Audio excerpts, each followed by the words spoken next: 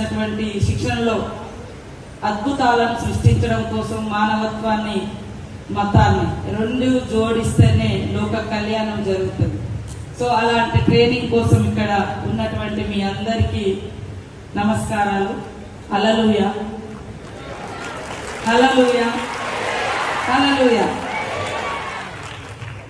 Thomas గారు మరి 34 సంవత్సరాలుగా తన చిన్ననాటి నుండి తన జీవితాన్ని ఎంతో మంది అభాగ్యుల అభివృద్ధి కోసం, పేదలకు మరి సపోర్ట్ చేయడం కోసం, లోక కళ్యాణం కోసం, లోకంలో శాంతి కోసం, ప్రజలు ఆరోగ్యంగా, ఆనందంగా, ఆహ్లాదంగా జీవించాలంటే మనం ఒక దేవుణ్ణి ప్రార్థిస్తాం.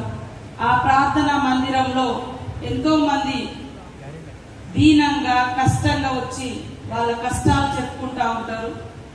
వాటిని చూసి వారి స్థాయిలో వారు సేవ చేయడమే కాకుండా మరి బయట కూడా 2 రాష్ట్రాల్లో, ఆంధ్ర తెలంగాణలో 2 రాష్ట్రాల్లో ఎంతో మందికి విద్యాదానం, అన్నదానం, మరి జీవితం ఒక లక్ష్యాన్ని, ఒక మార్గాన్ని చూపించడం కాకుండా ఒక ఆశ్రయాన్ని కూడా కల్పించి ఈరోజు వారు గొప్ప అవార్డును పొందినందుకు వారిని అభినందిస్తూ కంగ్రాచులేషన్స్ తెలియజేస్తా ఉన్నాను. ఈరోజు అనేక మతాలు, అనేక కులాలు ఈ దేశంలో ఉన్నాయి. సోదరులు కూడా ప్రార్థన చేస్తూ ఉంటే లేదా మరి ప్రచారం చేసుకుంటా ఉంటే రకరకాల ఇబ్బందులు ఎదురవుతుంది.